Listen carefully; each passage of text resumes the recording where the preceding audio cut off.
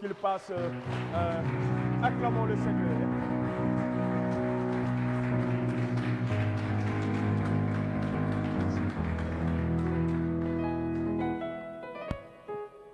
Bonjour à tout le monde. C'est un bonheur d'être ce matin ici et surtout d'être ici autour du Seigneur et de sa parole.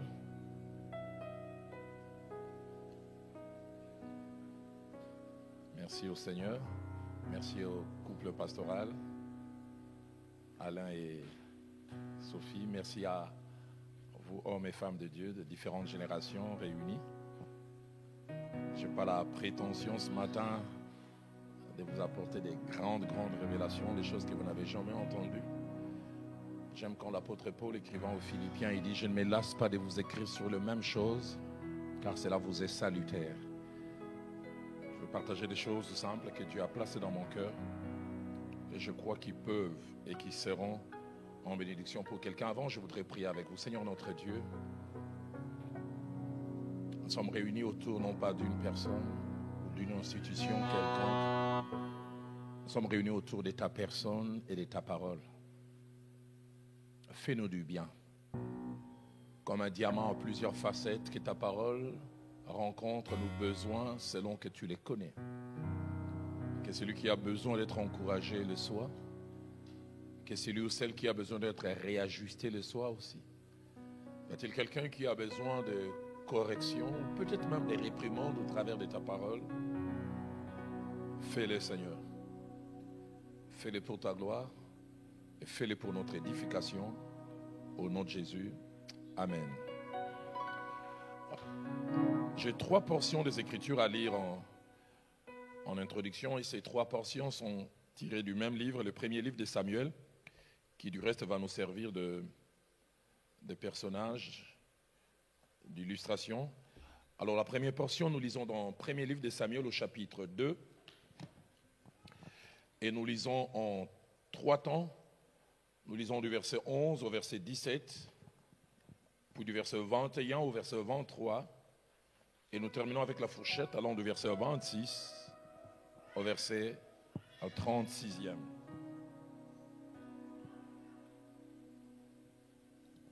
De Samuel, nous commençons par 11 jusqu'à 17.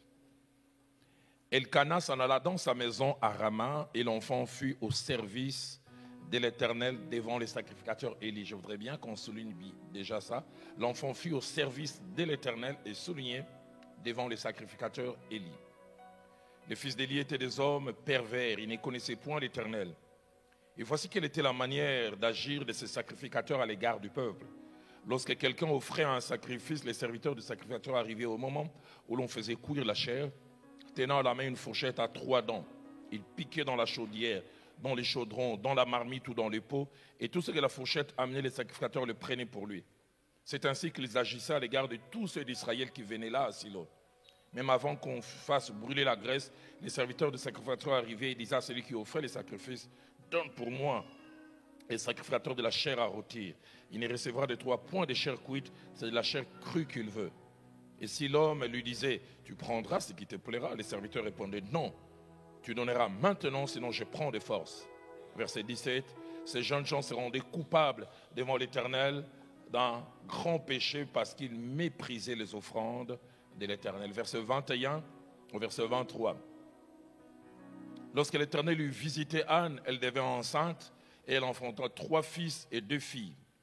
Et le jeune Samuel grandissait auprès de l'Éternel. Élie était fort âgé et il apprit comment ses fils agissaient à l'égard de tout Israël. Il apprit aussi qu'il couchait avec les femmes qui s'assemblaient à l'entrée de la tente d'assignation. Il leur dit, pourquoi faites-vous de telles choses? Car j'apprends de tout le peuple vos mauvaises actions. Versets 26 à 36. Le jeune Samuel continua à grandir et il était agréable à l'Éternel et aux hommes. Qu'est-ce que j'aime ça? Un homme de Dieu vint auprès d'Élie et lui dit, ainsi parle l'Éternel, ne me suis-je pas révélé à la maison de ton père lorsqu'il était en Égypte dans la maison de Pharaon? Je t'ai choisi parmi toutes les tribus d'Israël pour être à mon service dans les sacerdoces, pour monter à mon autel, pour brûler les parfums, pour porter les fautes devant moi. Et j'ai donné à la maison de ton père tous les sacrifices consumés par le feu et offerts par les enfants d'Israël. Pourquoi foulez-vous aux pieds mes sacrifices et mes offrandes que j'ai ordonné de faire dans ma demeure? Et d'où vient que tu honores tes fils plus que moi, afin de vous engraisser des prémices de toutes les offrandes d'Israël, mon peuple? C'est pourquoi, voici ce que dit l'Éternel, le Dieu d'Israël. J'avais déclaré que ta maison et la maison de ton père marcheraient devant moi à perpétuité. Et maintenant, dit l'Éternel, loin de moi, car je n'honorerai celui qui m'honore, mais celui qui me méprise, mais plutôt ceux qui me méprisent seront méprisés. Voici les temps arrivent où je retrancherai ton bras et les bras de la maison de ton père, en sorte qu'il n'y aura plus de vieillards dans ta maison. Tu verras un adversaire dans ma demeure, tandis qu'Israël sera comblé des biens par l'Éternel. Il n'y aura plus jamais de vieillards dans ta maison. Je laisserai subsister auprès de mon autel l'un des tiens, afin de consumer tes yeux et d'attrister ton âme. Mais tous ceux de ta maison mourront dans la force de l'âge. Et tu auras pour signe ce qui arrivera à tes deux fils, Ophni et Phiné. Ils mourront tous les deux le même jour. Je m'établirai un sacrificateur fidèle qui agira selon mon cœur et selon mon âme. Je lui bâtirai une maison stable et il marchera toujours devant mon oint. Et quiconque restera de ta maison viendra se prosterner devant lui pour avoir une pièce d'argent et un morceau de pain et dira: attache-moi, je t'ai pris à l'une des fonctions du sacerdoce, afin que j'ai un morceau de pain à manger. La seconde portion que nous lisons, c'est 1 Samuel, le chapitre 3. Et nous lisons aussi en 3 temps le premier verset, les versets 11 à 15, et puis nous terminerons avec 19 et 20. Le jeune Samuel était au service de l'Éternel devant Élie. Soulignez encore ça. Le jeune Samuel était au service de l'Éternel devant Élie. La parole de l'Éternel était rare en ces temps-là. Les visions n'étaient pas fréquentes. Verset 11e. Alors l'Éternel dit à Samuel: voici, je vais faire en Israël une chose qui étourdira les oreilles de quiconque l'entendra. En ces jours, j'accomplirai sur Élie tout ce que j'ai prononcé contre sa maison. Je commencerai et j'achèverai.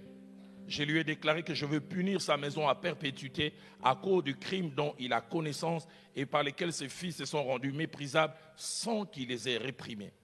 C'est pourquoi je jure à la maison d'Élie que jamais le crime de la maison d'Élie ne sera expié, ni par des sacrifices, ni par des offrandes. Samuel resta couché jusqu'au matin, puis il ouvrit les portes de la maison de l'Éternel. Samuel craignait de raconter la vision à Élie. Versets 19 à 20. Samuel grandissait, l'Éternel était avec lui et ne laissa tomber à terre aucune de ses paroles. Tout Israël, depuis Dan jusqu'à Beersheba, reconnut que Samuel était établi prophète de l'Éternel. Et puis enfin, nous lisons 1 Samuel au chapitre 4, versets 10 à 11 et puis versets 16 à 18. Les Philistins livrèrent bataille et Israël fut battu. Chacun s'enfuit dans sa tente. La défaite fut très grande et il tomba d'Israël 30 000 hommes des pieds. L'arche de Dieu fut prise et les deux fils d'Élie, Ophni et Phiné, moururent. Versets 16 à 18. L'homme dit à Élie: j'arrive du champ de bataille et c'est du champ de bataille que je me suis enfui aujourd'hui. Élie dit: que s'est-il passé, mon fils? Celui qui a apporté la nouvelle dit en réponse: Israël a fui devant les Philistins et le peuple a éprouvé une grande défaite. Et même tes deux fils, Ophni et Phiné, sont morts et l'arche de Dieu a été prise. À peine eut-il fait mention de l'arche qu'Élie tomba de son siège à la renverse à côté de la porte. Il s'est rompu la nuque et mourut, car c'était un homme vieux et pesant. Il avait été juge en Israël pendant 40 ans. Ce matin, partant de ces trois textes, ces trois portions des Écritures, Dieu m'a mis à cœur de parler sur le thème: c'est que Samuel et son parcours nous enseignent sur le ministère. C'est que Samuel et son parcours nous enseignent sur le ministère. Plein de choses que cet homme qui a commencé le ministère très jeune et qui a fini avancé en âge nous enseigne. Plusieurs, j'en ai retenu au moins 6, mais je pense que le temps ce matin nous permettra de voir seulement 2. Mais avant de laisser ces merveilleux personnages nous enseigner des choses attachées au ministère, j'ai voulu faire ressortir quelques informations, 8 au total, afin que nous fassions mieux connaissance de ces personnages hors pair. La première information, c'est que Samuel n'a pas commencé sa vie ministérielle en dirigeant, mais il a commencé comme un dirigé. Il n'a pas commencé en exerçant un leadership comme numéro 1. Il a commencé au pied de quelqu'un, je reviendrai sur cela même tout à l'heure. 1 Samuel chapitre 2, au verset 11, que nous avons lu, la Bible dit, l'enfant fut au service de l'Éternel devant le sacrificateur Élie. La version française courant dit, sous la surveillance du sacrificateur Élie. Deuxième information attachée à Samuel, c'est que Samuel, tout au long de son parcours, a eu 2 offices. D'un côté, il a été prophète ou voyant, mais de l'autre côté, il a été aussi juge. C'est-à-dire qu'il a exercé des fonctions administratives, pour ne pas dire politiques. Dans Samuel chapitre 9, versets 18 et 19, on l'appelle les voyants. Quand les jeunes serviteurs qui étaient avec Saül et étaient allés à la recherche des ânesses et n'ont pas pu retrouver les ânesses, Saül s'approcha de Samuel au milieu de la porte et dit, indique-moi, je t'ai pris, où est la maison du voyant? C'était un prophète. Actes des apôtres, au chapitre 13, au verset 20 aussi, parle de lui comme un prophète. Mais la Bible dit, après cela, durant 150 ans environ, il leur donna des juges jusqu'au prophète Samuel. Mais quand nous lisons 1 Samuel chapitre 7, au verset 18, la Bible dit, Samuel fut juge en Israël pendant toute sa vie. Verset 18e, il fut juge en Israël pendant toute sa vie. Donc il a été juge. Et même il a été le dernier juge, car c'est lui qui a introduit la royauté.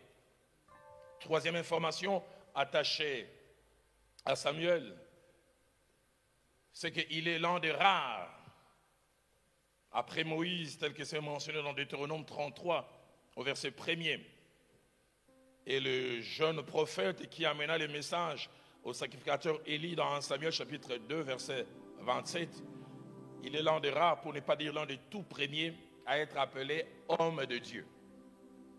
Homme de Dieu. Aujourd'hui, les gens se font appeler homme de Dieu, mais certains vraiment ne le sont pas. Quand on dit homme de Dieu, c'est-à-dire c'est quelqu'un qui non seulement porte de Dieu, mais les révèle. Non pas seulement par les charismes, mais par les caractères aussi. Et Samuel était l'un des tout premiers. Dans 1 Samuel chapitre 9, verset 6, c'est un passage que j'aime beaucoup. Et ce que j'aime, ce n'est pas lui-même qui s'appelle homme de Dieu. Les jeunes serviteurs qui étaient à côté de Saül, la Bible dit, il s'adresse à Saül, écoutez ce qu'il dit. Les serviteurs lui disent, voici, il y a dans cette ville un homme de Dieu. Ce n'est pas lui qui s'appelle homme de Dieu. C'est quelqu'un d'autre qui en parle. Il y a dans cette ville un homme de Dieu. Quatrième information attachée à Samuel, c'est que pas grand-chose n'est mentionné au sujet de sa famille.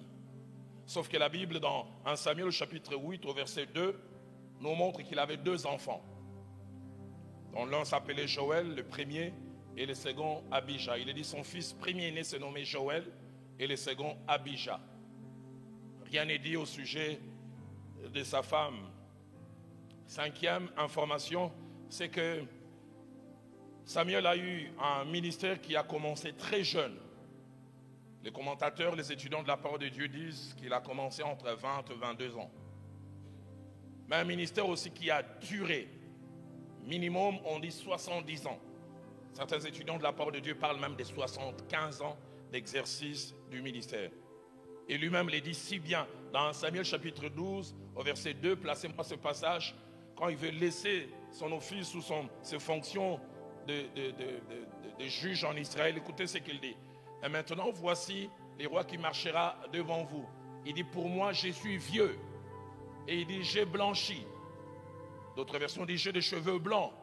Et mes filles sont avec vous. Mais écoutez ce qu'il dit. J'ai marché à votre tête depuis ma jeunesse. Il a commencé très jeune. Il a blanchi en exerçant le ministère. Et une étude approfondie montre même, déjà à ce moment-là, il dit, il est vieux. Mais après qu'il ait prononcé cette parole dans Samuel chapitre 12, qu'il aurait exercé encore le ministère 10 ans. Donc 70 ans. Mais comme nous le verrons tout à l'heure, avec une probité morale, une intégrité un témoignage sans tache. Sixième information attachée à Samuel, c'est qu'il a eu d'après 1 Samuel chapitre 10 au verset 1er, 1 Samuel chapitre 16, verset 13, a ordonné 2 personnes comme rois, dont l'une a régné, Saül, mais l'autre est David, il n'a pas assisté à son règne. Il a oint David comme roi, mais il est mort avant que David ne devienne roi. Mais il en empêche, il a oint les 2. Je n'aimerais pas encore revenir sur les méthodes utilisées. L'un avec une fiole et l'autre avec une corne. Plein de leçons spirituelles sont derrière. 7e information et avant-dernière attachée à Samuel, c'est que tout au long de son parcours, c'était un homme respecté et qui jouissait d'une bonne réputation. Chaque fois que j'étudie la vie de Samuel, je suis interpellé. Dans Samuel chapitre 9, au verset 6 que nous avons lu, j'aimerais qu'on me remette ça. Les jeunes serviteurs de Saül qui étaient à la recherche des ânesses, finalement quand ils n'ont pas trouvé les ânesses, ils sont en train de rentrer. Écoutez ce que ce jeune homme dit du prophète Samuel. Il dit, voici dans cette ville un homme de Dieu, mais puis il ajoute, c'est un homme considéré. Le mot considéré, c'est à la même racine que le mot gloire ou kabod en hébreu. C'est-à-dire un homme qui pèse. Enfin, quand je dis pèse, ce n'est pas un obèse. Ce n'est pas un poids physique, mais il a un poids par rapport à sa qualité de vie. Un homme considéré. J'aime beaucoup. La version des Sommeurs dit un homme très considéré. La version français courant dit un homme réputé. C'est-à-dire jouissant d'une bonne réputation. La version seconde 21 dit un homme estimé. Mon pasteur, le feu Jacques-André Vernon, disait la crainte, on peut l'imposer, mais le respect se mérite. La version Martin dit un homme fort vénérable. C'est-à-dire, à la limite, on lui faisait un culte à cause de sa qualité de vie. Seigneur, aide-moi, aide-nous à avoir une qualité de vie. Une qualité de vie tellement grande que dans Samuel chapitre 12, versets 3 à 5, placez-moi ces passages. Et chaque fois que je lis ces passages, je me dis, est-ce que je peux me permettre ça? Les jours où Samuel veut prendre congé en tant que juge en Israël, il provoque un événement public. Écoutez ce que la Bible dit. Samuel dit, mais voici, rendez témoignage contre moi en présence de l'Éternel et en présence de son oint. De qui ai-je pris le bœuf? De qui ai-je pris l'âne? Qui ai-je opprimé? Et qui ai-je traité durement? De qui ai-je reçu un présent pour fermer les yeux sur lui? Je vous les rendrai. Verset 4, il répondit, tu ne nous as point opprimés, tu ne nous as point traité durement et tu n'as rien reçu de la main de personne. Verset 5, il leur dit encore, l'Éternel est témoin contre vous et son oint est témoin en ces jeux que vous n'avez rien trouvé dans mes mains. Waouh! Et il répondit, ils en sont témoins. Est-ce que vous et moi on peut oser ça? Se tenir devant les gens, dire, y a-t-il quelqu'un qui a quelque chose? On entend.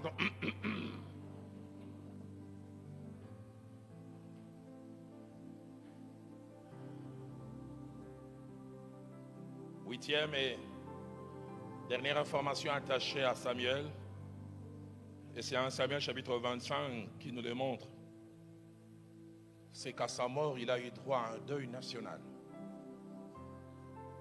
Toute la vie d'un peuple s'est arrêtée parce qu'on voulait honorer, permettez-moi les termes, une icône, un homme respecté. La Bible dit Samuel mourut, tout Israël s'est assemblé, le pleura.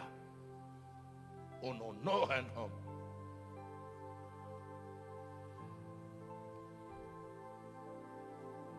Un homme de Dieu était mort chez nous au pays. Et j'ai entendu le commentaire de quelqu'un. J'ai eu mal quand je dis Seigneur, le jour où je vais mourir, qu'est-ce qu'on va dire? J'ai entendu quelqu'un dire un aventurier de l'évangile en moi. Un escroc en soutane en moi.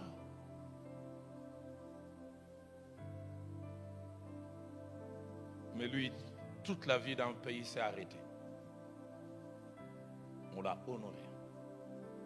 Et si Samuel, au travers de son parcours, nous enseigne plusieurs choses, ce matin, tu m'as mis à cœur de faire ressortir deux petites choses pratiques Et puis après, nous passerons un moment dans la prière. Premièrement, Samuel, au travers de sa vie et de son parcours, nous enseigne la nécessité de la préparation dans les ministères. La nécessité de la préparation dans les ministères. Lorsqu'on parle de préparation, ce mot cache 5 significations. Première signification, préparer, c'est l'action d'apprêter quelque chose ou un outil avant son utilisation.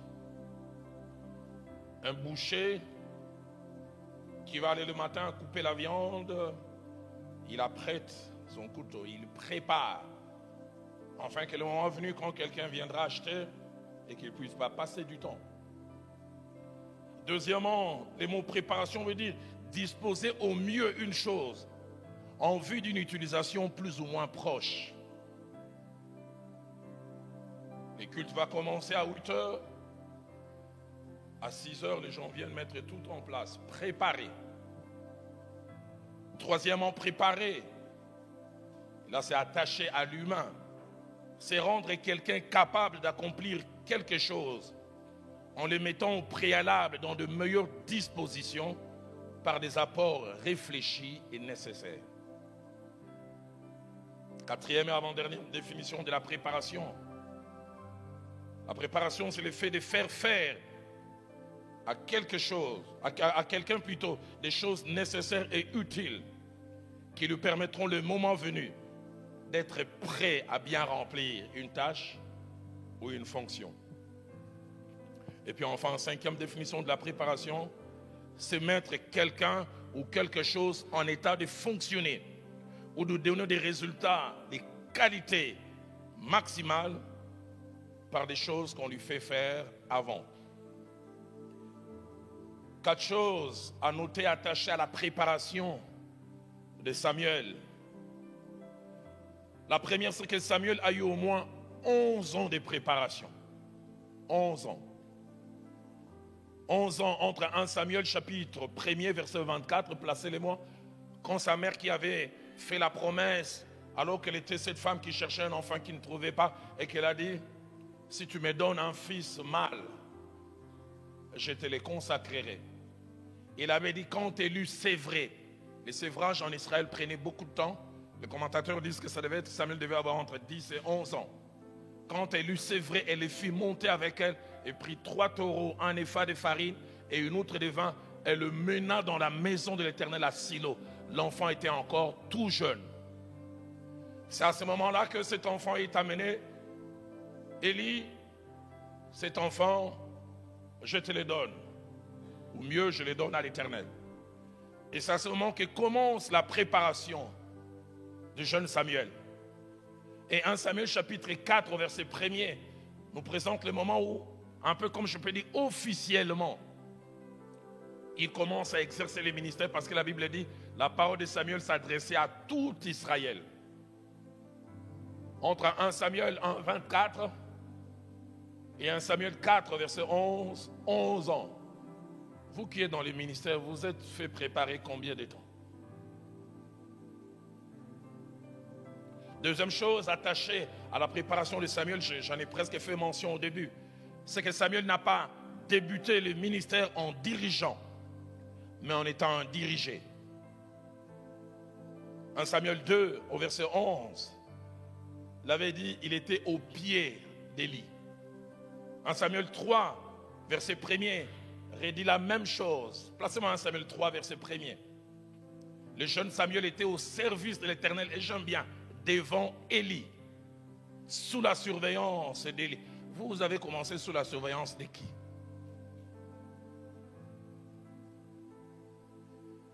Troisième chose attachée à la préparation de Samuel. La préparation de Samuel s'est faite en 3 mouvements. Premièrement, par les enseignements d'Élie, les sacrificateurs. Mais deuxièmement, en voyant Élie, les sacrificateurs, faire des choses. J'aime bien quand l'apôtre Paul, écrivant à son fils dans la foi de Timothée, il lui dira, tu as suivi de près, 1, mon enseignement, mais 2, ma conduite. La préparation ne se passe pas seulement par ce que l'on dit, mais en étant à côté de quelqu'un, en voyant cet homme faire. Mais troisième chose qui a beaucoup contribué à la préparation de Samuel. Il a vu les erreurs du sacrificateur Élie. Mon pasteur, le frère Jacques-André Vernon, disait, en étant à côté d'un autre homme de Dieu, on apprend souvent ce qu'il faut faire, mais quelquefois aussi on apprend ce qu'il ne faut pas faire. En 2005, au mois de juillet, un homme de Dieu venu des États-Unis qui s'appelle Mike Murdock, invité par un confrère, Jean-Oscar Kiziamina, a tenu durant 5 jours des enseignements qui me restent jusqu'aujourd'hui. Ça m'a marqué à vie. Et les derniers jours, je n'oublie pas, il a enseigné durant 50 minutes et durant 40 minutes, il a enseigné, il pleurait. Et les thèmes de son enseignement de ce samedi matin-là, il dit 6 choses que je corrigerai si je dois reprendre mon parcours ministériel. 6 choses. Et la première chose sur laquelle il est resté 20 minutes, il dit si je dois reprendre mon parcours ministériel, j'accepterai longtemps d'être adjoint de quelqu'un. J'accepterai longtemps d'être sous quelqu'un. Il dit car j'ai été improvisé trop vite numéro 1. Il dit j'ai été un numéro 1 stagiaire qui apprenait en dirigeant. Jeunes gens, ne soyez jamais pressés. Apprenez au pied de quelqu'un, vous gagnez du temps. Et Samuel a appris par les enseignements des sacrificateurs Élie, en les voyant, mais en voyant aussi les mauvaises choses. L'une des choses qui a influencé non seulement le ministère du jeune Samuel, mais surtout la longévité de son ministère, sont les exemples auxquels il a été confronté. 1 Samuel chapitre 2, versets 27 à 36 que nous avons lus. Ces jeunes serviteurs, nous reviendrons sur cela tout à l'heure, qui a commencé le ministère dans un milieu vicié, corrompu, pourri, a vu non seulement les fils du sacrificateur être légers, mais il a vu aussi un père passif, qui ne punissait pas. Les temps me manqueraient d'assister, mais il était là ces jours-là quand un homme de Dieu est venu auprès d'Élie. Il était là, et il a assisté à la scène quand solennellement, ce jeune serviteur de Dieu est venu avec quel message? Ainsi parle l'Éternel, ne me suis-je pas révélé à la maison de ton père lorsqu'il était en Égypte dans la maison de Pharaon? Continuons. Je l'ai choisi parmi toutes les tribus d'Israël pour être à mon service dans les sacerdoces, pour monter à mon autel, pour brûler les parfums, pour porter le feu devant moi. J'ai donné à la maison de ton père tous les sacrifices consumés par le feu et offerts par les enfants d'Israël. Et il a insisté. Quel ton cet homme a-t-il utilisé venant de la part de Dieu? Je ne sais pas. Pourquoi foulez-vous aux pieds mes sacrifices et mes offrandes que j'ai ordonné de faire dans ma demeure? D'où vient que tu honores tes fils plus que moi, afin de vous engraisser des prémices de toutes les offrandes d'Israël, mon peuple? Et j'insiste, le jeune Samuel était là suivant ses discours. Verset 30, il a entendu solennellement ce verdict sortant de la bouche de Dieu. C'est pourquoi voici ce que dit l'Éternel, le Dieu d'Israël. J'avais déclaré que ta maison et la maison de ton père marcheraient devant moi à perpétuité. Et maintenant, dit l'Éternel, loin de moi. Il a commencé le ministère en voyant Dieu sanctionner quelqu'un. Et les sanctionner fortement. Car j'honorerai celui qui m'honore, mais ceux qui me méprisent seront méprisés. Allons-y plus loin. Voici le temps arrive où je retrancherai ton bras et les bras de la maison de ton père, en sorte qu'il n'y aura plus de vieillards dans ta maison. Et je voudrais insister, les jeunes Samuel suivaient ça. Et même au-delà de ça, il a entendu le verdict quand l'homme de Dieu a dit, tu auras pour signe tes 2 fils mourront. J'aime beaucoup quand mon jeune frère Marcelo dit cette belle phrase. Il dit Dieu est bon, mais il n'est pas bonbon. Le Dieu bon, il arrive des moments où il tranche. La première fois que j'ai lu ça dans les Écritures, j'ai dit, comment Dieu peut-il agir comme ça? Quand Israël a péché, Moïse s'est tenu devant Dieu et dit, pardonne leurs péchés, sinon efface mon nom du livre de vie. Et ma Bible à moi dit, et l'Éternel s'est repenti du mal qu'il voulait faire. Mais les jours où Moïse, au lieu de parler au rocher, il a frappé, Dieu a dit, tu n'entreras pas. Et lui-même, plus tard, dans Deutéronome, il vient dire, il dit, j'ai demandé à l'Éternel, et l'Éternel m'a dit, ne me parle plus de cette affaire. C'est-à-dire, ça arrivé au niveau de la cour de cassation. Il n'y a plus appel. Et le jeune Samuel, il était là. Il a entendu ça. Comment Dieu était en train de promettre de sévir. Et ce qui me frappe, Dieu ne s'arrête pas là. Il dit, les péchés de mon serviteur ne seront expiés ni par les sacrifices, ni par les offrandes. C'est-à-dire, rien ne peut me faire changer d'avis. Et j'insiste, ça participe à la préparation du jeune Samuel. Ça ne s'arrête pas là. Dieu a parlé d'abord par un serviteur. Placez-moi en Samuel chapitre 3, versets 11 à 15. La deuxième fois maintenant, c'est par la bouche de Samuel lui-même. Samuel a une vision. Alors l'Éternel dit à Samuel, voici, je vais faire en Israël une chose qui étourdira les oreilles de quiconque l'entendra. En ces jours, j'accomplirai sur Élie tout ce que j'ai prononcé contre sa maison. Dites avec moi, contre sa maison. J'aimerais dire à quelqu'un, Dieu peut être aussi contre la maison d'un serviteur de Dieu. Et Dieu dit, je commencerai et j'achèverai. Je ne ferai pas les choses à moitié. Je vais les frapper jusqu'au bout. Je lui ai déclaré que je vais punir sa maison en perpétuité à cause du crime dont il a connaissance et par lequel ses fils se sont rendus méprisables sans qu'il les ait réprimés. C'est pourquoi je jure à la maison d'Élie, quand Dieu jure que jamais les crimes de la maison d'Élie ne sera expié ni par des sacrifices, ni par des offrandes. Écoutez le verset 15.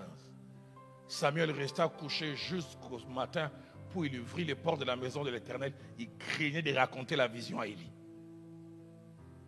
Lui-même, il commence le ministère en se disant, c'est Dieu que je vais servir, il blague pas. Il a frappé le vieux là comme ça. Et nous connaissons la suite. Le sacrificateur Élie est conscient que ce jeune homme a reçu un message. Il vient de dire, dis-moi tout, ne me cache rien. Mais ça ne s'arrête pas là. C'était un ainsi dit l'Éternel. Et finalement, ça devient un ainsi fait.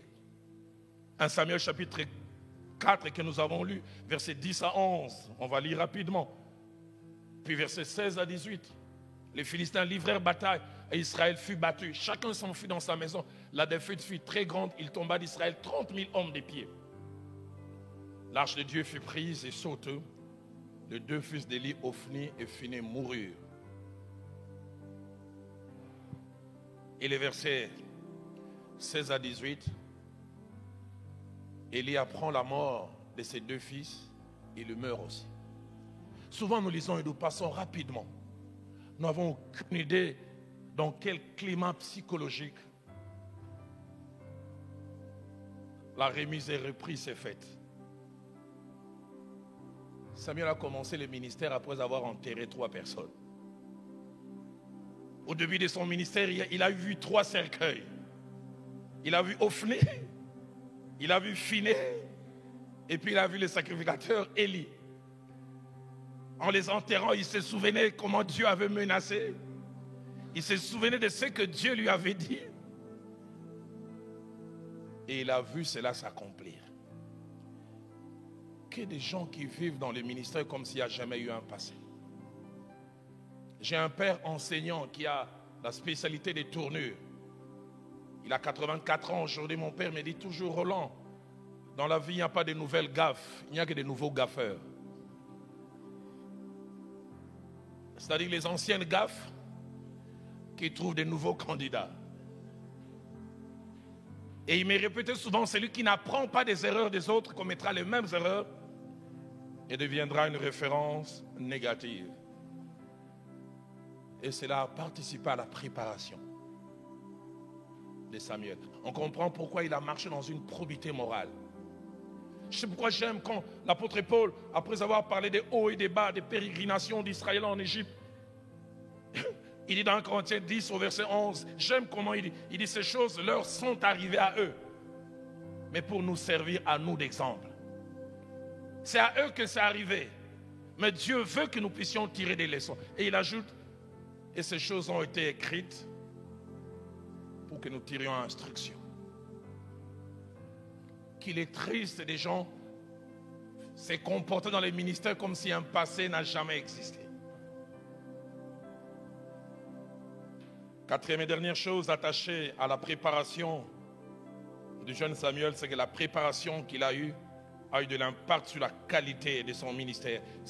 Cette préparation était presque comme un vaccin et a influencé la longévité de son ministère. Ma prière et le vœu de mon cœur est que ces jeunes hommes puissent nous apprendre des choses. Et je vous prie de noter ces 11 principes rapidement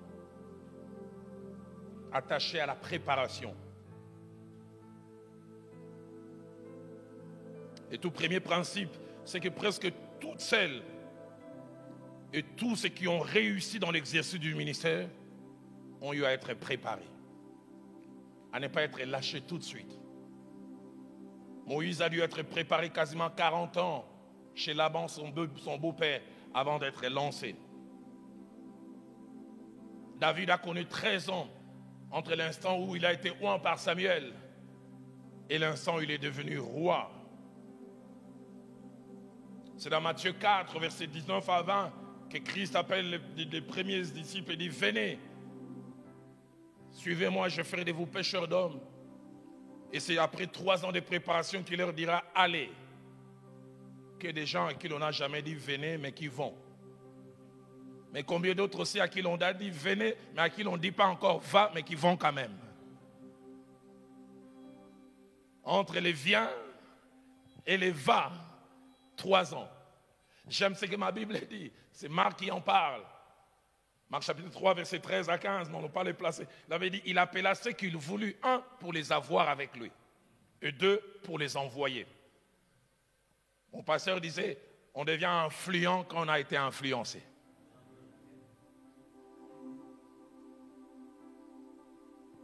Savez-vous que Paul a connu une préparation de 14 ans avant d'être lancé? Et le plus étrange avec Paul, c'est que Paul s'est converti, Dieu l'amène en Arabie. Il a des expériences glorieuses qu'il mentionnera plus tard dans Galates. Il dit, je connais un homme, plutôt dans 1 Corinthiens, 2 Corinthiens, je connais un homme, je ne sais si c'était dans sa chair ou dans son esprit, qui est allé jusqu'au 3e ciel, et il dit qu'il a entendu des choses ineffables, qui n'est pas permis à quelqu'un d'entendre. Et il a toutes ces révélations. Après, Dieu va les cacher à Tars. Il a fallu plus tard les débuts de l'église d'Antioche pour que finalement, Barnabas aille les chercher. J'ai entendu un jeune homme un jour, son pasteur était en train de prêcher, il était à côté de moi, c'était son assistant. Il me dit, mais le vie est en train de chômer. Il dit, les révélations et l'onction sont en train de chômer. Je l'ai regardé, je dis, ça va chômer encore. Trop pressés, qui veulent devenir tout de suite.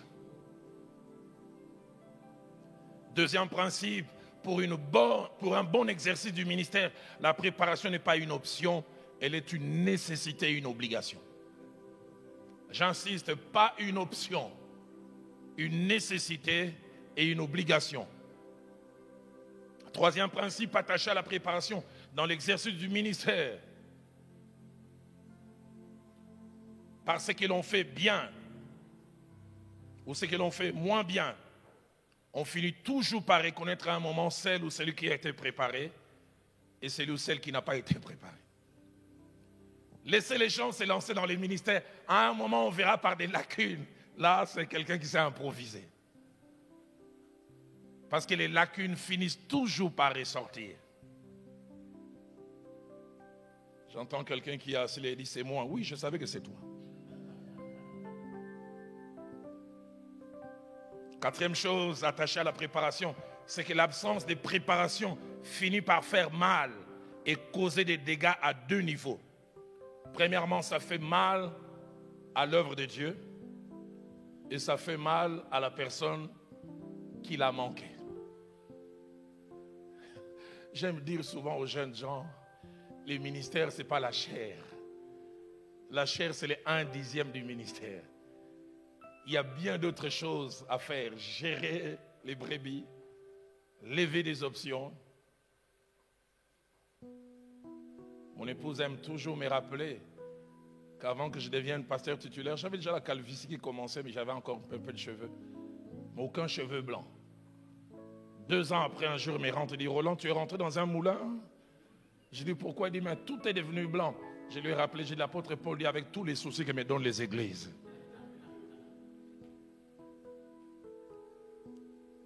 Je me suis rendu compte de toute la différence. Quand j'étais pasteur adjoint, les cultes finis lundi, je ne pensais presque à rien. Mais dès l'instant où je suis devenu pasteur titulaire, je finis de prêcher dimanche, je descends de la chaire, je me dis déjà directement, qu'est-ce que je vais prêcher dimanche prochain?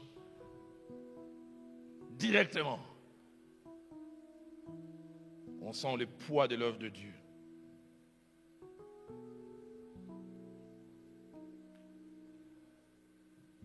Mon pasteur disait ceci, cette phrase que j'ai toujours notée. Il dit, celui qui refuse la préparation subira la réparation.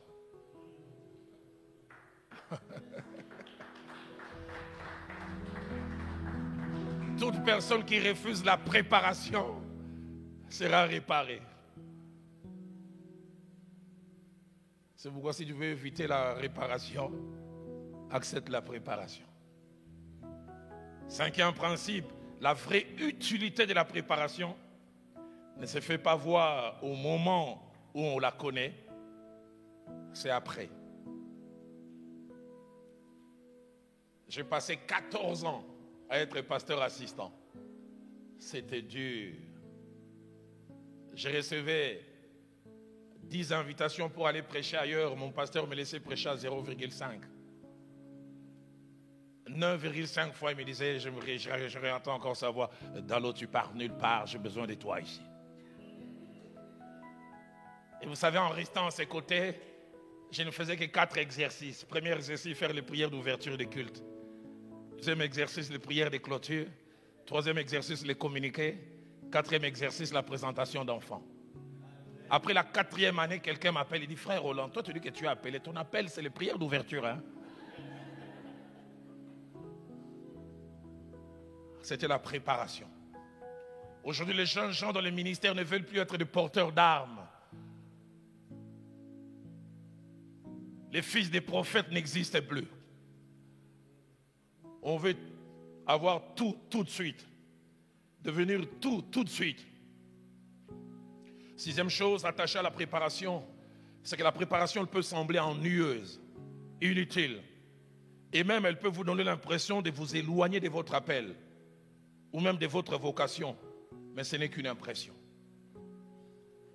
Aujourd'hui, avec les reculs, je ne regrette jamais ces 14 ans que j'ai passés. Entre guillemets, ne rien faire. J'ai été 6 ans pasteur d'église titulaire. Mes collaborateurs m'appelaient ancien. Un a ajouté même ancien des jours. J'ai dit attention, Dieu va me frapper. Il disait que j'avais une sagesse, un calme, des attitudes de maîtrise pendant les réunions. J'ai dit, j'ai rien inventé. Toutes ces années où j'assistais aux réunions du comité, je voyais comment mon pasteur gérait les réunions. Il gérait les contradictions. Des fois, il avait des collaborateurs hyper intelligents. Mais mon pasteur était toujours calme. Et plus tard, j'ai reproduit la même chose. Certains qui n'ont jamais eu de telles choses, ils agissent d'une certaine manière.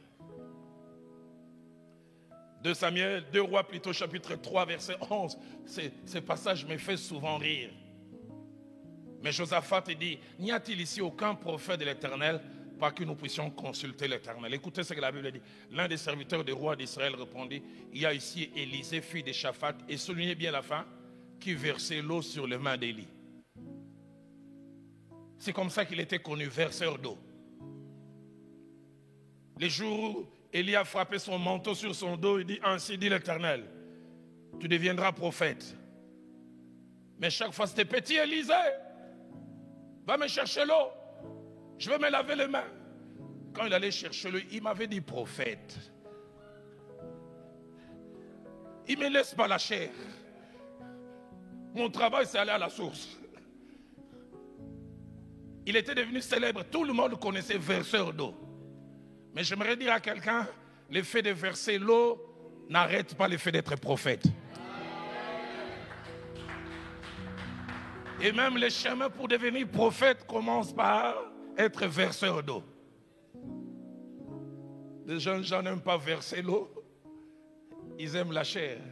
Mais j'aimerais vous dire comme mon pasteur disait, la chair est chère. Dans leur préparation, les apôtres ont joué des rôles ingrats. Luc chapitre 9, verset 14. Jésus veut faire un miracle.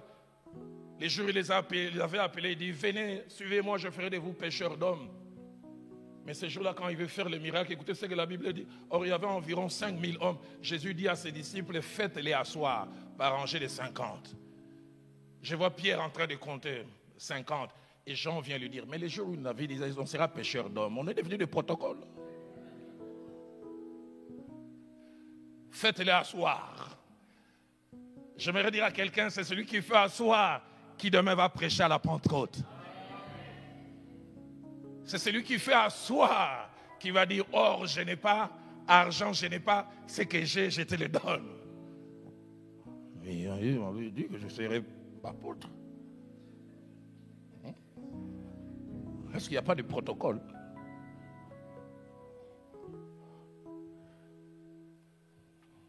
Luc chapitre 22, verset 8 à 12. La Bible dit, Jésus envoya Pierre et Jean en disant, allez nous préparer la Pâque, afin que nous la mangions. Allez louer un local. Est-ce qu'il n'y a pas d'autres personnes? Est-ce qu'on est agence immobilière? Il avait dit apôtre, non?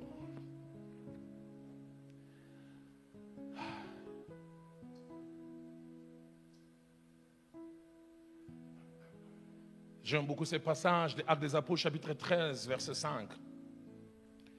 Plus tard, il deviendra un grand apôtre, il écrira même un évangile. L'apôtre Paul, parlant de lui, il dira à Timothée, il dit, amène avec moi Marc, car il m'est utile pour le ministère. Mais au début de son ministère, écoutez ce que la Bible dit. Il dit d'abord, mettez-moi à part pour les Barnabas, pour l'œuvre à laquelle je les ai appelés. Arrivés à Salamine, ils annoncèrent la parole de Dieu dans les synagogues des Juifs. Et j'aime ce que ma Bible dit, ils avaient Jean pour aide, Jean-Marc. Jean-Marc n'a pas commencé le ministère en dirigeant, en étant une aide. Une autre version dit auxiliaire. Certains commentateurs disent même qu'il repassait les habits de Paul et de Barnabas. Il leur préparait la nourriture. Mais c'était les cadres pour les préparer au futur. Septième chose, lorsque la préparation a eu lieu, plusieurs choses se passent. Au moins 5. La première, c'est que des choses inutiles sont ôtées et enlevées de nous. Deuxième des choses utiles nous sont ajoutées. Troisième des choses, nous sommes affermis. Dans le domaine où nous sommes faibles, nous devenons un peu plus forts. Troisièmement, une meilleure façon d'être et de faire nous est communiquée. C'est pourquoi j'aime insister. Le ministère, ce n'est pas seulement les prestations, c'est toutes les attitudes. Des choses à faire et à ne pas faire.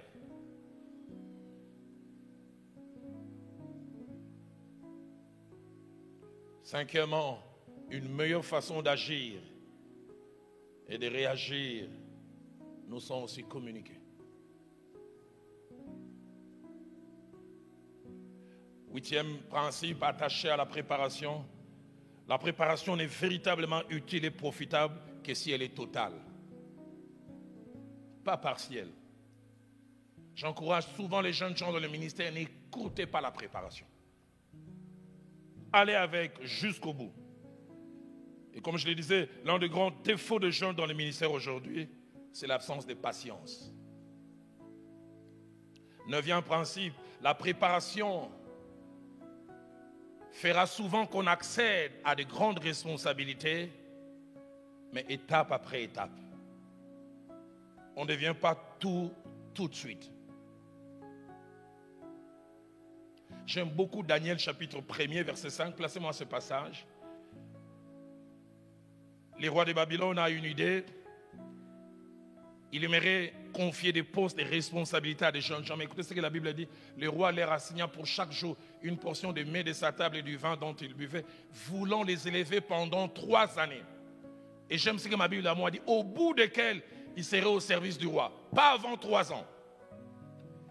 En une année, ils acquièrent déjà des choses, mais ce n'est pas suffisant. 2 ans après aussi, ils acquièrent, mais ce n'est pas... Au bout de 3 ans, allez-y jusqu'au bout.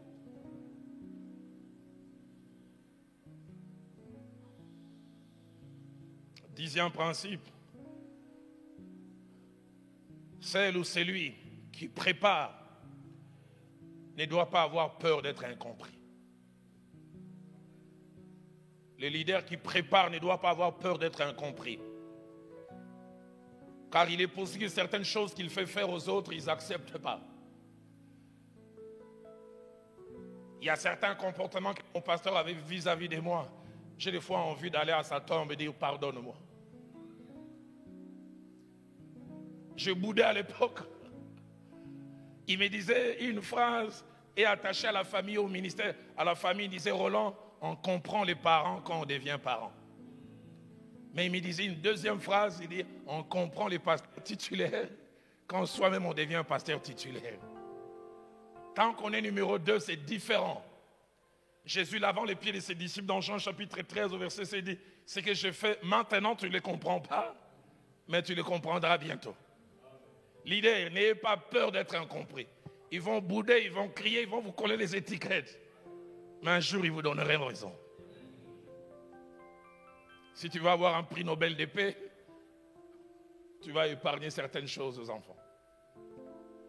11e et dernier principe, attaché à la préparation, c'est que quelle que soit sa longueur, la préparation n'est jamais éternelle. Quelle que soit sa longueur. Et même par rapport à cette préparation qui n'est pas éternelle, ce n'est jamais celle ou celui qui l'a subie qui connaît sa longueur, c'est celui ou celle qui la donne qui connaît sa longueur. Paul a formé Timothée au moins 8 ans avant de lui laisser la charge de l'église d'Éphèse. Les commentateurs disent qu'il a formé Tite 10 ans pour finalement lui confier l'église de Crète. Je voudrais en quelques minutes aborder le deuxième point. Je pense que je prendrai l'engagement de revenir pour continuer. La deuxième chose que Samuel, au travers de son parcours, nous enseigne en rapport avec le ministère, c'est la nécessité dans la vie et le parcours ministériel de savoir faire des choix. La nécessité dans la vie et le parcours ministériel de savoir faire des choix.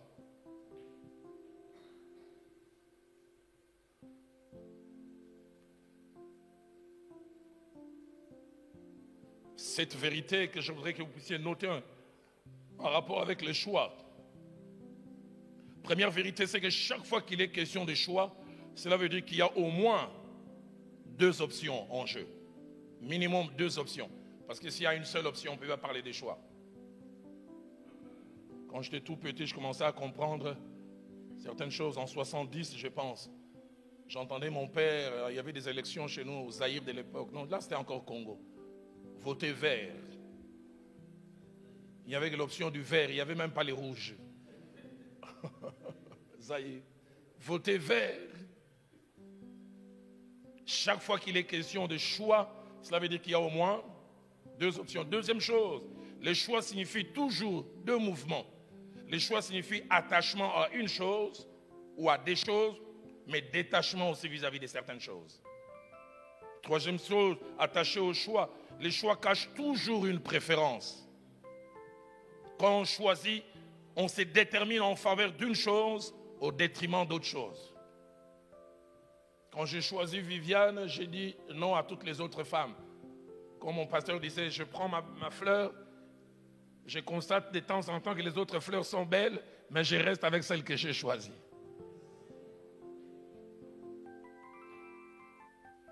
Quatrième des choses attachées au choix, c'est qu'un choix suppose toujours l'utilisation de 2 choses, soit les 2, en même temps, soit l'une. les choix supposent toujours la réflexion, mais ça suppose aussi la volonté. Cinquième des choses attachées au choix, nos choix, nous les faisons souvent de deux manières. Premièrement, nous les faisons nous-mêmes, nous décidons. Mais deuxièmement, des fois les autres nous influencent et nous en parlerons tout à l'heure avant de conclure. Sixième et avant-dernière chose attachée au choix, c'est que nos choix ne sont jamais neutres. Nos choix soit nous élèvent ou nous abaissent, nous appauvrissent ou nous enrichissent. C'est-à-dire nos choix influencent la qualité de notre vie. Et puis septième et dernière chose attachée au choix, c'est que le temps et les paramètres qui finissent toujours par révéler la justesse ou la fausseté de nos choix. Le temps et les paramètres qui sanctionnent nos choix, qui montrent s'ils étaient bons. Mon père qui a la spécialité des tournures me disait toujours, Roland, l'usine qui fabrique les phrases du genre « si j'avais su » que tu vas prononcer demain, l'usine qui fabrique cette phrase, ce sont les choix d'aujourd'hui. Ce sont les choix d'aujourd'hui qui fabriquent les « si j'avais su » que tu prononceras demain. 1 Samuel 2, 11 à 17, 21 à 23, puis 26, nous montre trois étapes en rapport avec Samuel et les choix.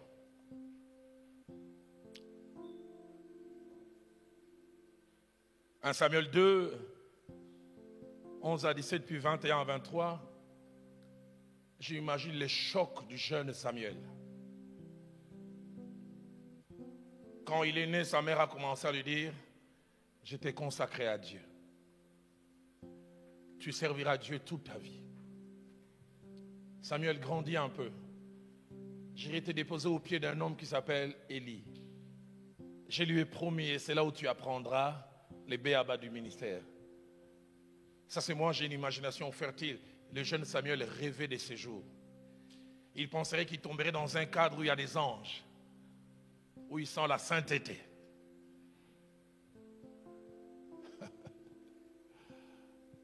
Le jour où sa mère la dépose chez les sacrificateurs Élie,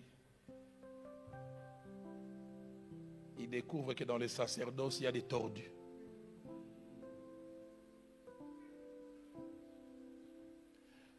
C'est chaque fois difficile à lire ces passages.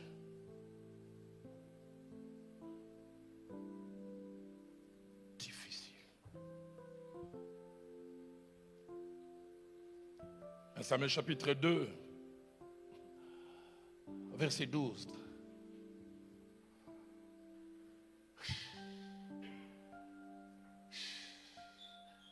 Alain, c'est difficile à lire ça.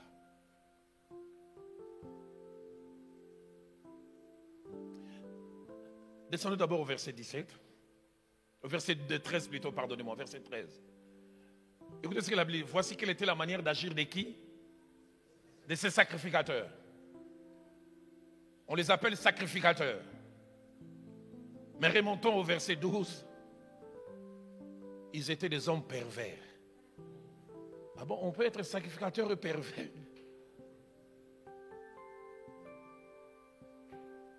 Quand on dit sacrificateur, c'est-à-dire ils connaissaient tous les ustensiles de la maison de Dieu.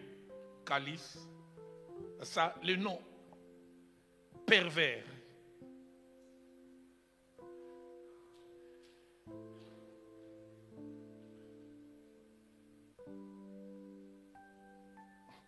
La version d'Arby dit qu'ils étaient des fils de Bélial, fils du diable, mais sacrificateurs. Mais c'est la deuxième chose qui me frappe, ils ne connaissaient point l'Éternel. Et pourtant, ils travaillaient dans la maison de l'Éternel. Mon pasteur, le frère Jacques-André Verneau, dit, ils connaissaient tout ce qui concerne la maison de l'Éternel, sauf le Dieu de la maison.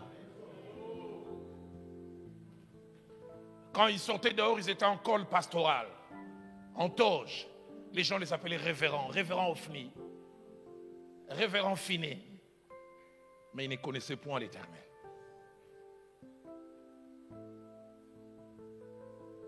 Le verset 17, pour résumer leur façon de se comporter, il avait dit, ces jeunes gens se rendaient coupables devant l'Éternel d'un très grand péché parce qu'ils méprisaient les offrandes de l'Éternel. Les sacrificateurs devaient attendre que la viande soit brûlée. Et ils demandaient la viande crue. Et ils les prenaient avec force. Mais ça ne s'arrête pas là.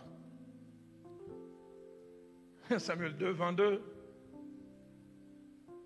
Il était fort âgé. Et il a appris comment ses fils agissaient à l'égard de tout Israël. Et écoutez ce que la Bible dit. Il a appris aussi qu'il couchait avec les femmes qui s'assemblaient à l'entrée de la tente d'assignation. Pas de moralité. Pardonnez-moi de donner cette illustration. Enfin, j'allais l'appeler homme de Dieu, mais je ne peux pas l'appeler ainsi.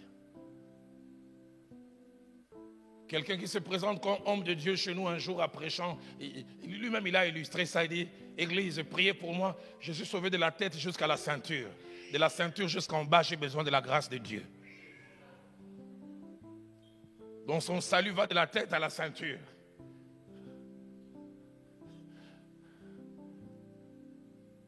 Il couchait avec les femmes à l'entrée de là où il y avait les coffrets sacrés.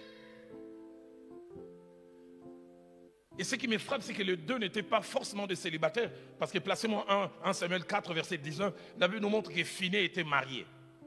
Parce que le jour où Élie meurt, la Bible nous parle de la femme de Phiné qui meurt. Il dit sa belle-fille, femme de Phiné, était enceinte. Donc tout en ayant une femme à la maison, il s'est débrouillé. Pasteur Hugues, qui est ici, qui dirige l'église de la Borne à Bruxelles, et moi, nous avons grandi dans la même église. J'oublie jamais, j'avais 13 ans de mariage. Je revois encore mon pasteur, le frère Jacques-André Vernon, qui prêche et qui tape sa jambe droite. Il dit, je suis marié à la même femme depuis 37 ans. Je n'ai pas touché une autre. Et j'étais assis là, j'ai dit, Seigneur, je n'ai que 13. J'aimerais dans 24 ans dire la même chose. Mais aujourd'hui aussi, cette année, au mois d'octobre, ça fera 30 ans. Je peux dire aussi, ça fait 30 ans. Moi aussi, je suis marié à une même femme. Je n'ai pas touché quelqu'un d'autre.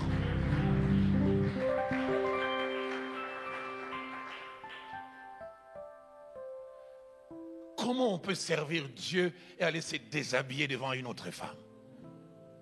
Comment? Et ça ne s'arrête pas là.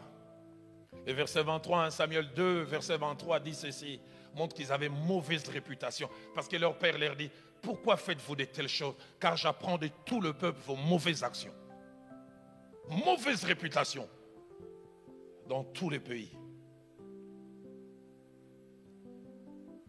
Deuxième chose attachée à Samuel, c'est que quand il découvre ces choses, une mauvaise qualité de vie, entre guillemets, de la part des aînés dans la foi. Et là, j'ouvre encore une parenthèse que j'aimerais fermer. Aînés dans la foi, faisons attention. Parce que la qualité de vie des jeunes dans la foi dépend souvent du modèle qu'ils voient en nous. Papa Emmanuel, la première fois que j'ai lu ce passage, j'ai tremblé, j'ai dit, Seigneur, parle-moi de cela. La Bible nous parle dans les livres des Galates, au chapitre 2, versets 11 à 13. J'aimerais qu'on le place. J'ai lu ça, j'ai glacé, j'ai tremblé. Galates, chapitre 2, versets 11 à 13. L'apôtre Paul est obligé de reprendre Céphas au pied. Il dit, mais lorsque Céphas vint à Antioche, je lui résistais en face parce qu'il était répréhensible. En effet, avant l'arrivée de quelques personnes envoyées par Jacques, il mangeait avec les païens. Et quand elles furent venues, il s'esquiva et se tint à l'écart par crainte des circoncis. Écoutez la suite. Avec lui, les autres juifs usèrent aussi des dissimulations. Et c'est la suite. En sorte que Barnabas fut même entraîné par leur hypocrisie. J'aimerais dire aux Pierre, les Barnabas feront certaines choses parce qu'ils vous voient faire. Les Barnabas se disent souvent, si Pierre qui a marché avec Jésus a fait cela, c'est que c'est faisable. Non, c'est lui qui fait ça. Lui, il a été avec Jésus. C'est à lui que Jésus a dit, je te donnerai les clés. Si lui il fait ça, c'est Seigneur, épargne-moi. Si quelqu'un doit tomber dans ses faiblesses, dans ses travers, qui tombe par lui-même, qui ne disent pas, j'ai vu mon aîné Dallot les faire. Seigneur, épargne-moi. Il avait dit, il est impossible que des scandales ne pas arriver. Mais malheur à celui par qui ces choses arrivent. Le jeune Samuel, il vient de chez lui et il trouve ses aînés dans la foi appelés Ophni et Phiné. Quand il les voit se comporter, il dit, oh, est-ce que c'est ça les comportements normaux?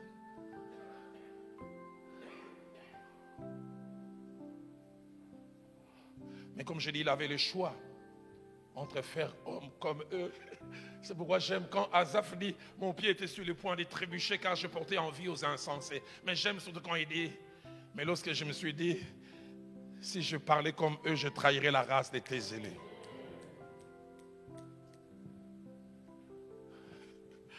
Et ce qui me touche,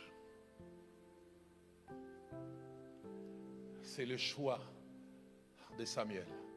Placez-moi en Samuel chapitre 2, verset 26. Ce passage m'interpelle toujours. Il est dans un milieu vicié, corrompu, pourri, Ophni et Phinehas se comportant n'importe comment, pervers, ne connaissant pas l'Éternel. Mais ma Bible à moi dit Samuel était agréable à l'Éternel et aux hommes.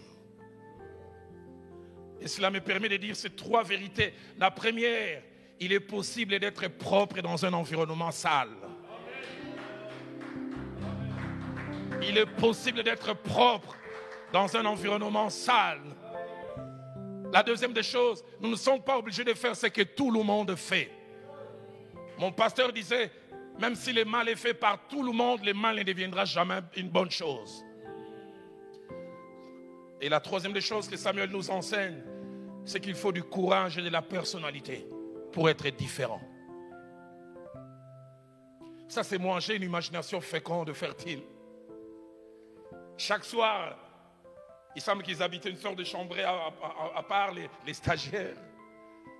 Ophni et Phinehas et relater leurs exploits.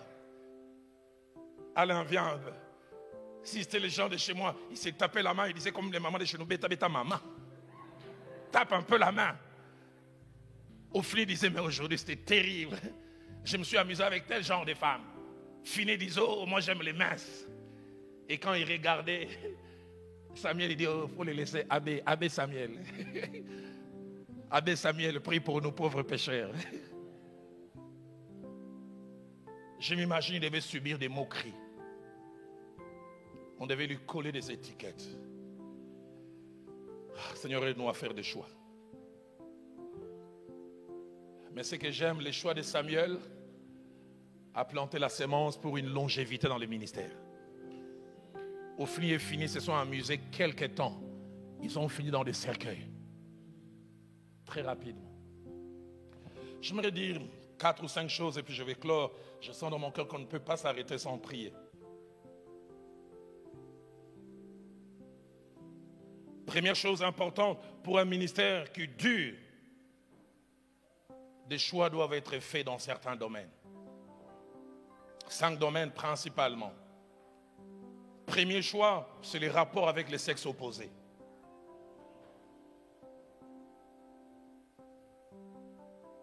Jeune homme, comment tu te comportes avec les femmes en tant que célibataire? Homme marié, comment tu vis ton ministère en gérant les sexes opposés?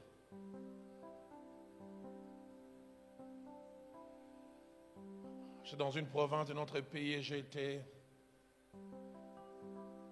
choqué, grand frère, papa Emmanuel. Et une femme qui était secrétaire d'un homme de Dieu m'a dit, papa, tu sais quoi, j'ai giflé mon pasteur. Je l'ai servi durant 12 ans. Permettez que j'en parle. Je sens que je dois donner des exemples pratiques. Il y a un jour, je viens déposer un dossier au bureau de mon pasteur et je pars, mon pasteur me regarde et dit, ouh, toutes ces belles courbes, c'est seulement pour ton mari. Il dit, j'étais choqué que de telles choses sortent. Déjà, il pensait, c'est grave. Mais s'il finit par y penser quand même, en parler. Elle dira, toute la considération que j'avais pour lui a baissé. Mais il dit, ce n'était pas le plus grave. 2 jours après, je viens, je dépose un dossier, je passe, souffrir que j'en parle. Il dit, mais il me touche. Il dit, je l'ai giflé. J'ai jeté les dossiers et le lendemain, j'ai démissionné. Vous pensez quoi? Nous les roulons dans l'eau bientôt 30 ans quand nous voyons les belles femmes qui fassent, nous voyons des autos blindés.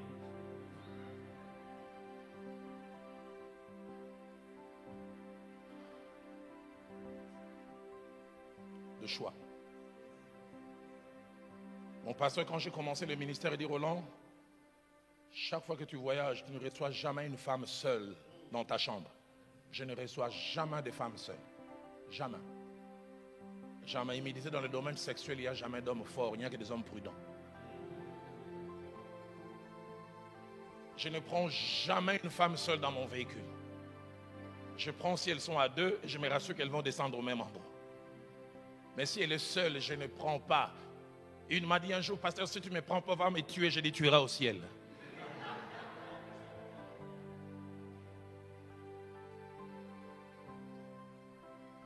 Choix dans les rapports avec le sexe opposé.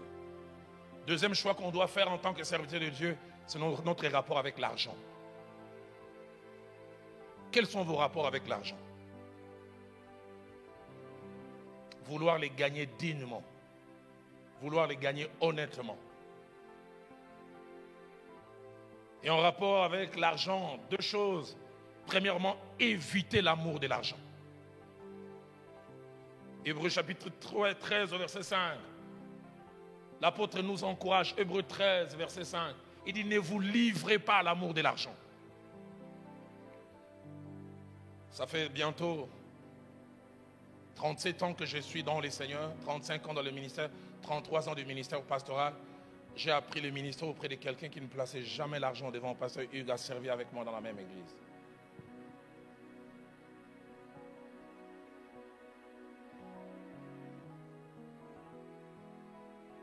Détaché de l'argent. J'ai été choqué il y a quelques années, j'ai assisté à une convention dans l'église d'un frère. 5 jours. Plus de 600 âmes venues au Seigneur. Des couples restaurés. Des guérisons, des délivrances.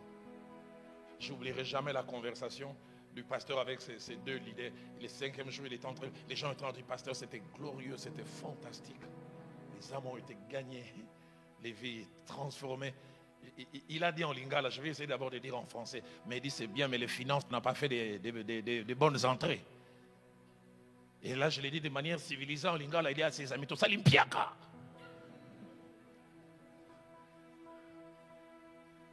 Ce qui l'intéresse, ce n'est pas les saluts des âmes. Les guérisons, c'est combien c'est entré.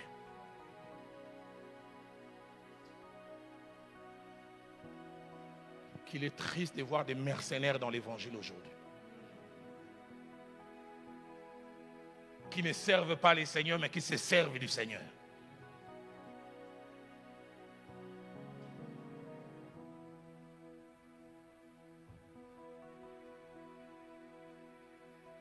Deuxième chose, attaché à l'argent comme choix à faire, c'est faire le choix du contentement. Faire le choix du contentement. Hébreux 13, 5, il dit, ne vous livrez pas à l'amour de l'argent, mais contentez-vous de ce que vous avez. Acceptez ce que vous avez. 3 choses rapides que je veux dire en rapport avec le contentement. La première, c'est que le contentement n'est pas un manque d'ambition. C'est une discipline qui nous amène à trouver notre joie dans ce que nous avons en attendant que Dieu nous donne plus. Contentez-vous. J'oublie jamais en 2012, je suis en train de prendre l'avion à New Delhi où j'étais allé accompagner ma femme qui avait un problème de santé en Inde. Et je devais retourner sur Nairobi et puis finalement Kinshasa. Et j'ai rencontré 4 autres serviteurs de Dieu de Kinshasa. Et on annonce, les passagers à destination de Nairobi sont priés d'embarquer. Et ceux qui sont en privilège ou en business class, appelés à embarquer en premier. Et les 4 amis ont pris leurs valises, ils ont commencé à partir. L'homme m'a demandé, mais Roland, tu restes? Je dis oui. Pourquoi? Je suis en classe économique. Ils n'ont rien dit. Le temps qu'il part, je vois un jeune homme, je ne savais pas qu'il me connaît. Il dit, c'est le pasteur Dalo? Je dis oui. Mais il dit, tes amis sont partis? Je dis oui. Mais pourquoi tu n'es pas allé? Je dis, je suis en classe économique. Je n'ai jamais oublié du pasteur. Tu es encore à ce niveau.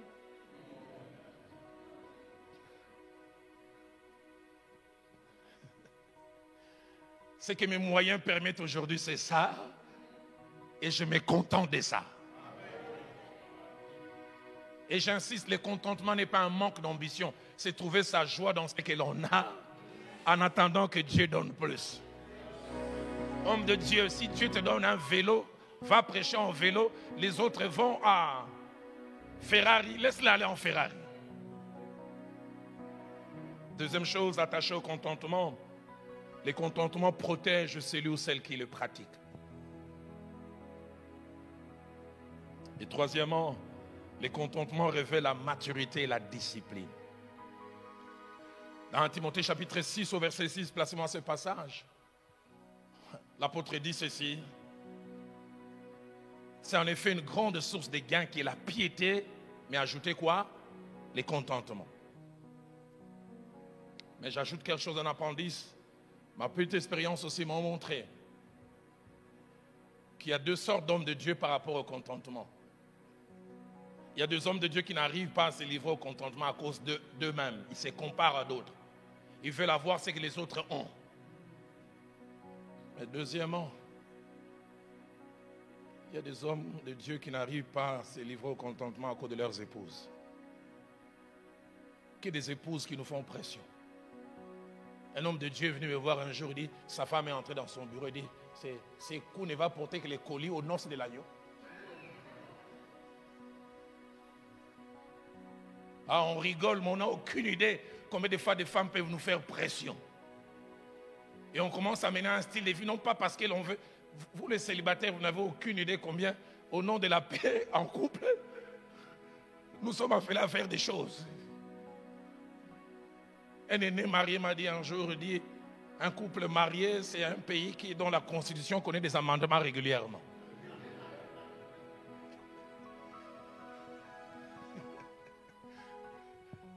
J'échange les articles de ma constitution pour avoir la paix avec elle. Je vais un jour dans une de nos provinces. Ils ont commencé à faire des collectes depuis 6 mois pour acheter un terrain de l'église. Ils ont réuni 20 000 $. Cet homme vient me voir au bureau en pleurant, papa Emmanuel. Il me dit, ça fait 3 jours, ma femme me fait pression. J'en ai assez d'être piéton, tu dois acheter un véhicule. Mais je lui dis, mais il n'y a pas d'argent, il y a l'argent de la cotisation de la parcelle. Et je lui dis, mais c'est la parcelle et tu prends ça. Alors on rigole, mais on n'a aucune idée. Quand tu ne fais pas sa joie, tu subis la pression. J'ai fait une étude sur Akab et je prêchais sur cela. Et je vais montrer qu'une lecture montre qu'Akab n'était pas mauvais. La Bible dit, personne ne s'est livré au mal comme Akab. Mais la Bible dit, Jézabel, sa femme, l'y excitait. Les gens voient Akab agir, mais ils ne savent. Des fois, vous voyez les grands Roland dans l'eau, 1,92 m. Mais on ne sait pas, c'est un bout de femme qui dit, je ne veux pas ça.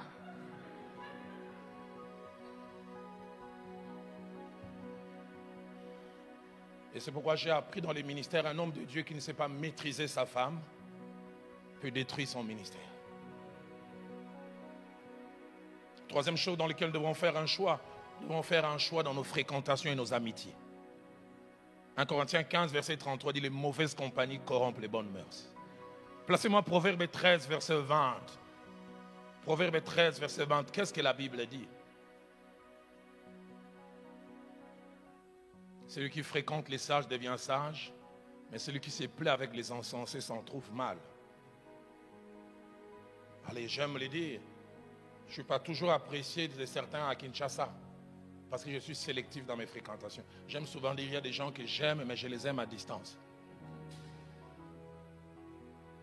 Faire des choix. Je me souviens d'un homme de Dieu qui m'a vu un jour, mais Roland, je me fais aimer de toi, mais tu ne m'aimes pas. J'ai eu 2 réponses. La réponse officielle, je dis, laissons tout entre les mains de Dieu. Dans le cœur, je dis, moi, t'aimer toi. Parce que je sais quel genre de vie il mène. Coureur de jupons avec C majuscules. Parce que les fréquentations ne sont jamais neutres. Elles finissent par nous changer. 5e chose dans laquelle nous devons faire des choix, c'est faire le choix de nos priorités. Qu'est-ce qui vient en premier? Qu'est-ce qui vient en premier? Et puis 5e et dernière chose, et je finis, c'est faire le choix de ce que nous regardons. Nous regardons à la télévision, à l'internet. J'ai vu des hommes de Dieu qui sont appelés à prêcher et qui passent des heures et des heures devant la télé. Des heures et des heures avec internet. Et des fois, ils viennent préparer la prédication ici en disant au modérateur, ajoute encore 2 chants. Amata dit, tout à l'heure, Papa Emmanuel, cet aîné, va venir, il va prier pour nous. Dieu m'avait mis à cœur de prêcher sur l'éthique ministérielle. L'extension de la borne Amata. Je prêchais 3 jours. Le dernier jour, un samedi, je parlais de la pureté dans le ministère. Durant 1h20, mais durant 25 minutes, j'ai parlé des méfaits de la pornographie.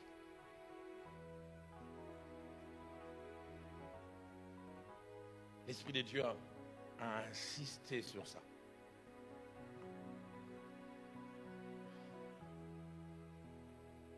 « 180 personnes qui étaient présentes.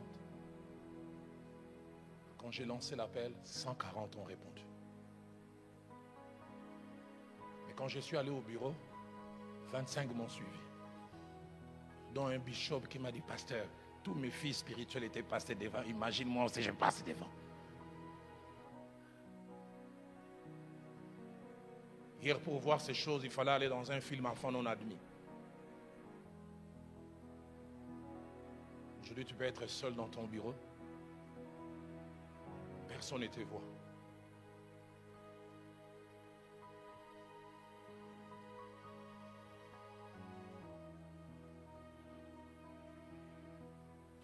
Il y a 5 ans, je reçois une femme de serviteur de Dieu qui me vient me voir au bureau en pleurant. Plus de 28 ans de vie de couple. Papa Emmanuel, il a dit une phrase d'abord, puis il a relaté l'histoire. La phrase qu'il a dite m'a interpellé. Elle m'a dit ceci. Je connais mon mari quand il y avait les groupes de prière à Kinshasa. On est mariés depuis 20 ans, mais je l'ai connu depuis 32 ans. J'ai jamais oublié de dire, les frères responsables des groupes de prière que j'ai connus il y a 32 ans étaient un enfant de Dieu. Et puis il a dit, le bishop est un païen. Celui que j'ai connu il y a 32 ans, frère, dirigeant, il était un enfant de Dieu, il craignait Dieu. Mais le bishop, il a grandi en responsabilité, mais il a perdu en consécration. Et puis elle a dit une deuxième chose. Il dit, depuis 2 jours, on ne se parle pas. Ils ont une maison en étage. Et vers 2h du matin, je me réveille. Je regarde à côté du lit, mon mari n'est pas là. Je me dis, il doit être au petit coin aux toilettes. Puis je regarde vers les toilettes, c'est éteint. Qu'est-ce qui se passe? Il dit, je commence à prendre les marches de l'escalier. Elle me dit, heureusement que je n'avais pas dit, chérie, tu es où? Et puis je me suis dit, mon mari aime beaucoup le basketball américain. Avec le décalage horaire, il est sûrement en train de suivre un play-off ou un match. Mais elle regarde vers le salon, la télé non allumée. Et puis elle regarde vers le bureau. Il y a de la lumière. Elle dit, mais il ne m'avait pas dit qu'il préparait une prédication. Il dit, heureusement que j'avais dit, chérie, qu'est-ce que tu fais? Elle était allée calmement, souffrait que j'en parle. Elle dit, j'arrive, je trouve mon mari devant l'ordinateur, film et pornographique. Et 2, son pyjama retroussé, en train de se faire plaisir lui-même. Elle dit, je me suis mise à pleurer. J'ai dit à mon mari, tu as laissé une femme réelle sur les lits et tu viens te satisfaire avec une femme virtuelle. L'homme a craqué, il s'est mis à pleurer, il dit, c'est Dieu qui a voulu que tu m'attrapes. J'avais vaincu cela, mais ça fait 10 ans, c'est revenu. Plus d'une fois, j'ai dit, j'arrête et je retombe. Si vous voulez durer dans le ministère, faites le choix de ce que vous regardez. Faites le choix de vos priorités. Faites le choix de votre rapport avec les sexes opposés. Faites le choix de comment vous gagnez l'argent. J'ai à cœur durant quelques moments, alors que notre chorale prend place, nous allons passer 7 petites minutes. Chacun de nous va prier. Debout, assis, à genoux. Mais nous allons réagir par rapport à ce message. Où nous avons parlé de la nécessité de la préparation, mais aussi des choix à faire. Et ce vieux cantique d'autrefois monte dans mon cœur. Seigneur, prends soin de moi. J'ai besoin de toi. Seul, je ne suis rien. Tu les sais, Seigneur. Nous allons les chanter. Et puis après quoi, j'inviterai mon aîné, cet homme que j'ai rencontré aujourd'hui. Mais mon cœur l'a aimé, s'est attaché à lui, l'homme de Dieu Emmanuel, un père de l'évangile dans cette ville, dans cette région. Je l'inviterai tout à l'heure à venir. Mais durant les 7 premières minutes, sens-toi à l'aise, debout, assis, à genoux, couché. Alors que nous chantons ces cantiques, tu vas parler au Seigneur. As-tu raté la préparation? Et que ce manque de préparation te rattrape dans l'exercice du ministère? Es-tu en train de vivre la préparation avec des choses qui ne te plaisent pas? Et aujourd'hui, à lui de la parole de Dieu, tu dis, Seigneur, je ne veux plus murmurer, je vais me laisser préparer. Seigneur, prends soin de moi. Oui, de moi, je besoin de toi. Oui, de toi. Je ne suis rien. Tu le sais. Tu le sais, Seigneur. Oh Seigneur. Seigneur, prends soin. Oui, prends soin de moi. J'ai besoin de toi. Oui, de toi. Seul, je ne suis rien. Tu le sais. Tu le sais, Seigneur. Disons-lui, comment pourrais-je vivre ton amour? Comment pourrais-je vivre ton amour? Comment? J'entends un homme de Dieu dire, Seigneur, apprends-moi les contentements, à accepter ce que j'ai, en attendant que tu me donnes plus. Garde-moi, garde-moi, oh Seigneur. Prends soin de Oui, prends soin de moi. J'ai besoin de toi. Oui, de toi.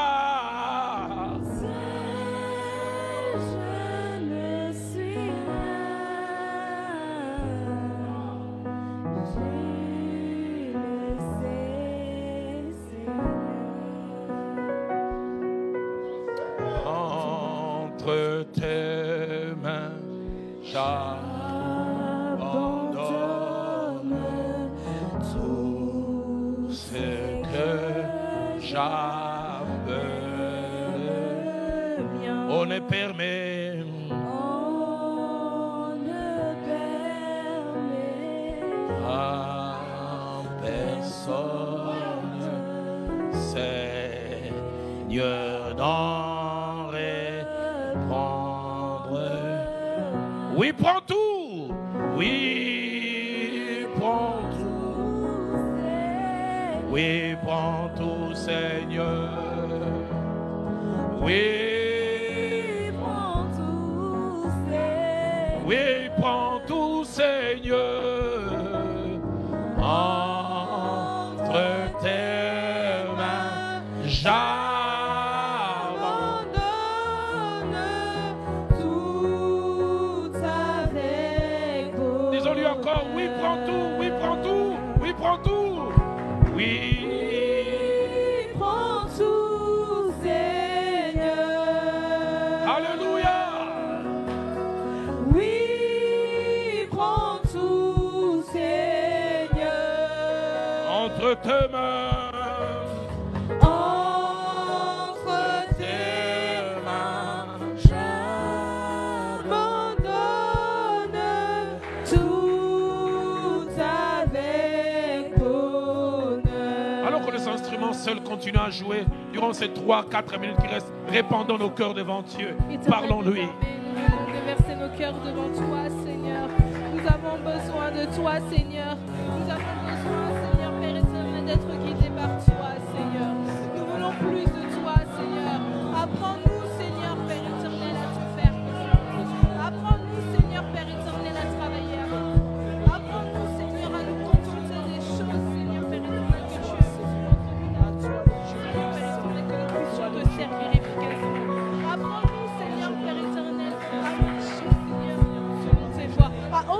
observer tes voies, Seigneur, à comprendre, Seigneur, Père éternel, ce que tu dis. Je demande, Seigneur, Père éternel, ce que je dois faire. Que nous ne soyons pas pressés, Seigneur, Père éternel, que nous ne soyons pas pressés, Seigneur, de rentrer dans un ministère, Seigneur, et que nous puissions prendre le temps, Seigneur, d'apprendre, que nous puissions prendre le temps, Seigneur, Père éternel, Seigneur, Père éternel, afin de ne pas reproduire, Seigneur, Père éternel, les erreurs de nos pères, que nous ne puissions pas, Seigneur, Père éternel, reproduire les erreurs de nos pères, Seigneur, Père éternel. Nous voulons pouvoir te servir efficacement, ô Seigneur. Apprends-nous, Seigneur, Père éternel. C'est pourquoi, Seigneur, à tes pieds, nous venons tout déposer. Tout ce qui nous appartient, Seigneur, nous te le donnons. Tout ce qui est à nous, Seigneur, nous te le donnons, ô Seigneur. Nous voulons plus de toi dans nos vies, Seigneur. Nous voulons que tu viennes et que tu prennes la place qui t'est due, ô Papa. Que tu prennes la première place dans nos vies, ô Seigneur. Père éternel, nous voulons encore, Seigneur, te chercher, Seigneur, Père de gloire. Nous voulons, Seigneur, Père éternel, que tu puisses descendre à nous. Ô Seigneur, que tu nous fasses voir ta grâce, Seigneur. Nous avons besoin de toi, Seigneur. Nous avons besoin de la plénitude du Saint-Esprit. Nous avons besoin, Seigneur, Père éternel, de ta présence dans nos vies. Oh, nous voulons, Seigneur, que ta présence soit de plus en plus palpable, Seigneur. Père éternel, sans toi, nous ne pouvons rien, Seigneur. Si ce n'est pas toi, Seigneur, ce sera qui, Seigneur?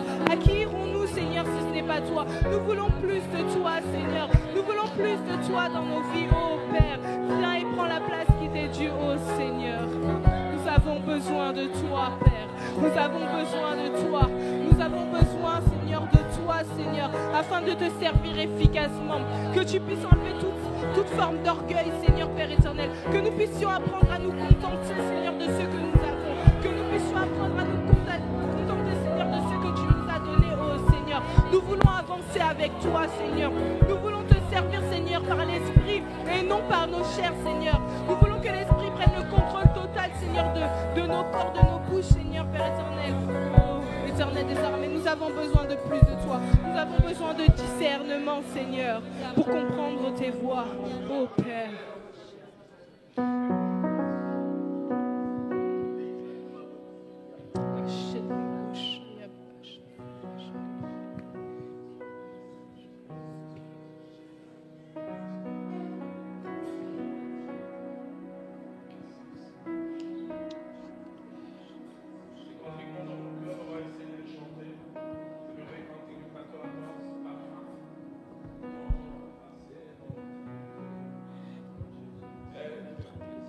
Par les Écritures, offrir ma vie comme une monture, c'est là mon désir pour ton plaisir.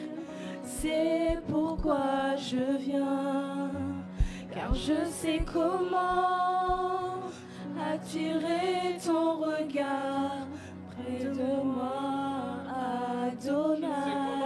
Car je sais comment trouver du temps pour toi, même au milieu de la pagaille.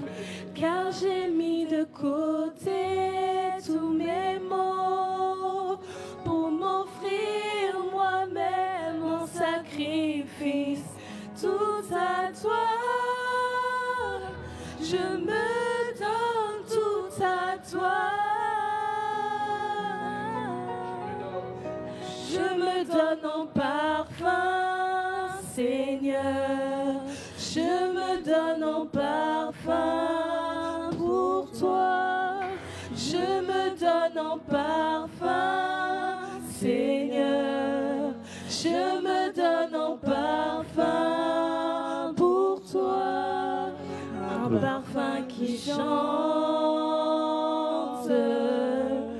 un parfum qui danse, un parfum mélodie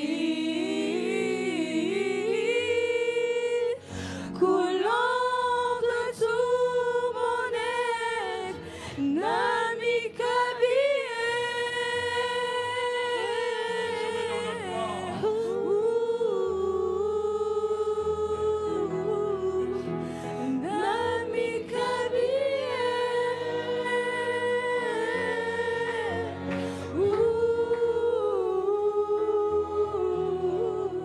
Dans mon cœur, Alors que vous menez, Papa Emmanuel, trois personnes l'une après l'autre, ce n'est pas deux prières au même moment, vont élever leur voix, vont prier pour nous tous. Je dis bien nous tous, moi y compris. Ce message est sorti de ma bouche, mais je ne suis pas moins concerné. Et que ces trois prières auxquelles vont s'ajouter celles de mon aîné aillent dans les cendres en disant: Seigneur, fais de nous des Samuel, ceux qui durent dans les ministères, ceux qui exercent dans le ministère avec un bon témoignage, qui commencent bien et qui finissent bien, ceux qui acceptent la préparation, ceux qui font le choix d'être différents dans un milieu pourri, vicié, corrompu, ceux qui peuvent vivre à côté des finés et ovnis, mais être différents et pas être comme eux. Aide-nous à faire des choix dans notre rapport avec les sexes opposés, des choix dans nos rapports avec l'argent. Aide-nous, Seigneur, à faire le choix des fréquentations. Aide-nous, Seigneur. Aide-nous. Aide-nous. Que trois prières s'élèvent l'une après l'autre à haute voix pour nous tous, avant que Papa Emmanuel vienne clore et que la parole soit remise au pasteur Alain après. Que trois prières s'élèvent.